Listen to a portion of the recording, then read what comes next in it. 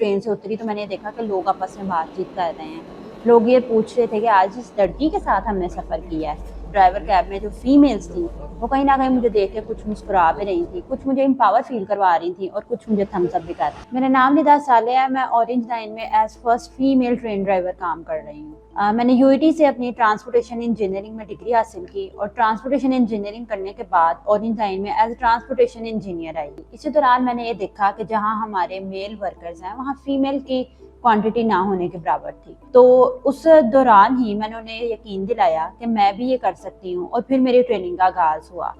जब मैं पहले दिन ट्रेन ले गई थी तो एक सेंस ऑफ रिस्पॉन्सिबिलिटी बहुत ज़्यादा थी, लेकिन जब मेरा पहला ट्रिप कंप्लीट हो गया था तो मैं सोच रही थी कि कहीं ना कहीं मैंने बहुत बड़ा कुछ अचीव कर लिया। और इस जॉब को करने के लिए आपके पास टेक्निकल नॉलेज, आईटी का प्रोफेशनल होना ज़रूरी है।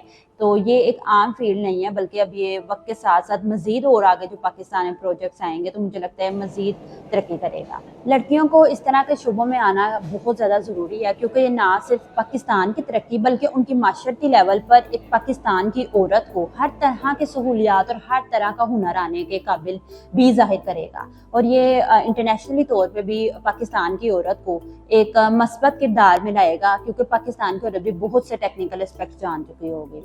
ये एक ऐसी जॉब है जहाँ पे आप डेली बेसिस पे लर्न कर रहे हैं। जैसे ट्रेन के भी डिफरेंट एस्पेक्ट्स हैं जो मैं चाहती हूँ कि मुझे और भी ज़्यादा आए। और इस मेट्रो सिस्टम के अलावा जो मज़ीद आने वाले जो ट्रांसपोर्टेशन के प्रोजेक्ट्स हैं, मैं उनमें खुद को इन्वॉल्व करती रहूँगी।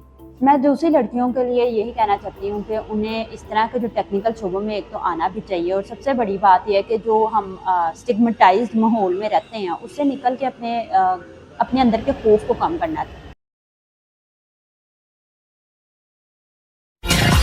आपकी और हमारी पहचान FM G-Way Pakistan, Pakistan, Pakistan.